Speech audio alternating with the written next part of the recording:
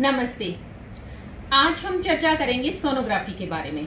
Sonography के बारे में जागरूकता तो बहुत है और विशेष रूप से मेरी गर्भवती माताएं जो हैं वो इस चीज को लेकर भ्रम में रहती हैं कि पूरी 9 महीने की गर्भावस्था में उन्हें अपने अंदर पल रहे शिशु के विकास और उसकी स्वस्थता के बारे में कितनी बार सोनोग्राफी करवानी चाहिए। ये उस चक्कर में कुछ हेल्थ वर्कर जैसे आंगनबाड़ी, आशा, उन सभी से जानकारी प्राप्त करती हैं। पर मेरा ऐसे जानने में आया है, मेरा ऐसा अनुभव है कि इस विषय पर सभी को सही जानकारी नहीं है। कब और कैसे और कितनी बार सोनोग्राफी होनी चाहिए पूरी 9 महीने की गर्भावस्था में, ये मेरा आज का चर्चा का विषय है। क्या होती है सोनोग्राफी? हाई फ्रीक्वेंसी वेव्स के द्वारा गर्भ के अंदर पल रहे शिशु को देखा जाता है, परखा जाता है, उसके विकास के बारे में, उसकी शारीरिक बनावट के बारे में। उसे कहते हैं गर्भावस्था में होने वाली सोनोग्राफी। और वेलबींग की, फीटल वेलबींग की सोनोग्राफी कब कब होनी चाहिए? ये प्रथम तिमाही में। प्रथम तिमाही यानी शुरू के 3 महीने, जब भी आपको पता चले कि आपने गर्भ धारण किया है, आप अपने डॉक्टर के पास जाएं। यदि वो सलाह देती हैं कि सोनोग्राफी होनी चाहिए तो उसके क्या क्या कारण होते हैं? उसमें पहला होता है कि आपका गर्भ सही जगह है, यानी गर्भाशय के अंदर है। इधर उधर कहीं ट्यूब में, ओवरी में एक्टोपिक प्रेगनेंसी तो नहीं है। गर्भ में जो शिशु पला है, भ्रूण है, उसके अंदर धड़कन सही है। तीसरी बात, उसके साइड में जो अंडेदानी होती हैं उनमें कोई सिस्ट तो नहीं है। और गर्भ धारण हुआ है तो वो एक ही भ्रूण है, 2 या 3 तो नहीं है। ये जांच अगर प्रथम तिमाही में होती है तो हमें ये जानकारियां मिलती हैं। केवल प्रथम तिमाही में जब आप सोनोग्राफी करवाने जाएं तो उसमें यूरिन यानी पेशाब को रोकने की आवश्यकता होती है, क्योंकि मूत्राशय के द्वारा हाई फ्रीक्वेंसी वेव्स हमारे गर्भाशय में पल रहे शिशु की जांच करती हैं। अन्यथा दूसरी या तीसरी तिमाही में पेशाब रोकने की कोई आवश्यकता नहीं होती, क्योंकि गर्भाशय इतना ऊपर आ चुका होता है कि डायरेक्ट सोनोग्राफी के ट्रांसड्यूसर से गर्भस्थ शिशु की जांच की जा सकती है। एक बहुत आवश्यक बात जो रोजमर्रा में देखी जाती है, सोनोग्राफी के लिए गर्भवती महिलाएं कभी भी भूखे पेट अस्पताल नहीं जाएं। इससे उनको चक्कर आ सकता है, कमजोरी महसूस हो सकती है, अंदर पल रहे भ्रूण के ब्लड शुगर लेवल में कमी आ सकती है। इसलिए अच्छे से खा पीकर अस्पताल जाएं।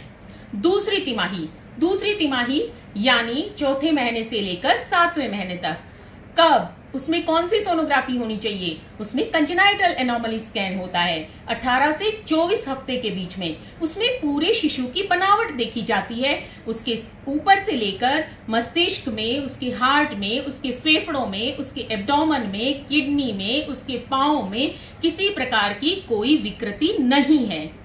अब अगर उच्च तकनीकी वाली हाईटेक मशीन और अनुभव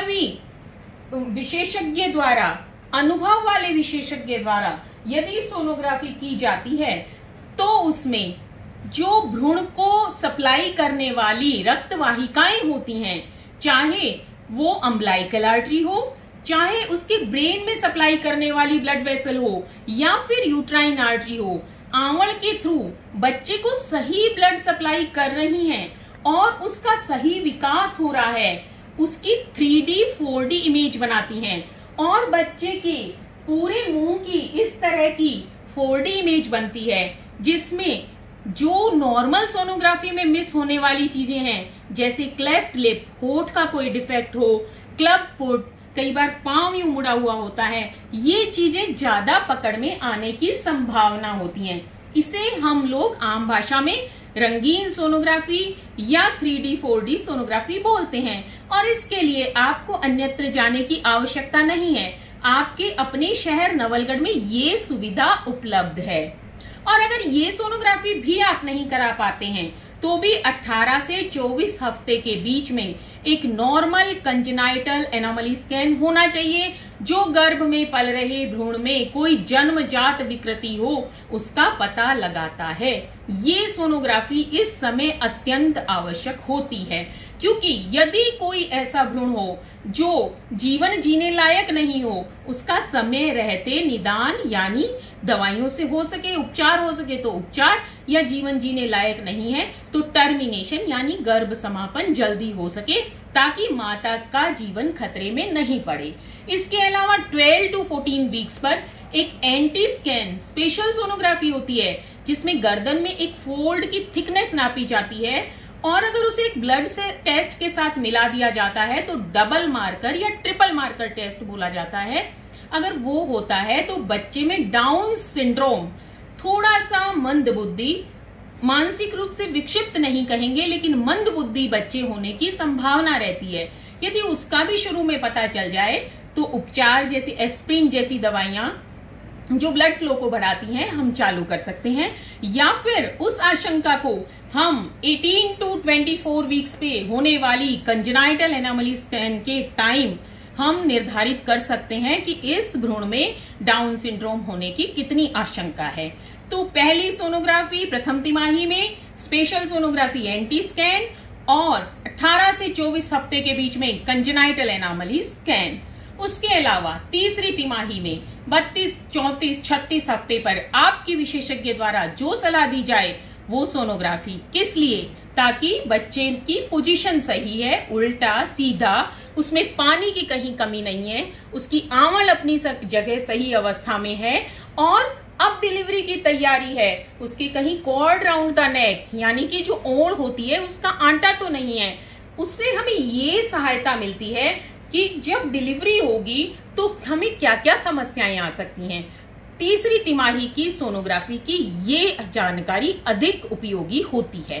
ये 3 सोनोग्राफी हमें अवश्य करवानी चाहिए, प्रथम तिमाही, द्वितीय तिमाही और तीसरी तिमाही।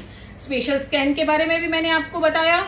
और उसके अलावा यदि गर्भ जटिल है यानी गर्भावस्था में किसी प्रकार की जटिलता है, तो यदि आपके स्त्री रोग विशेषज्ञ आपको कितनी भी बार बोले सोनोग्राफी करवानी चाहिए, क्योंकि सोनोग्राफी वेव्स बच्चे को कभी भी नुकसान नहीं पहुंचाती हैं। एक्सरे, सीटी स्कैन, ये रेडिएशंस होते हैं, ये गर्भ में पल रहे शिशु को नुकसान पहुंचाते हैं। सोनोग्राफी की किरणें नुकसानदेह नहीं होती हैं, तो इसलिए इनका उपयोग, सदुपयोग आप जितनी बार कर सकें करना चाहिए। और इस तरह के मिथ भी हैं कि कई बार सोनोग्राफी नुकसान देती है, नहीं देती। ये हमें गर्भ में पल रहे शिशु की स्वस्थता, विकास, उसके कहीं ग्रोथ रिटार्डेशन तो नहीं हो रहा, उस सब की उपयोगी जानकारी देती हैं। और कभी भी गर्भ में पल रहे शिशु के बारे में, लिंग के बारे में जानने की कोशिश ना करें। ये जघन्य अपराध है, मानवीय रूप से, सामाजिक रूप से और कानूनी जुर्म है। हमें इससे मिटाना है।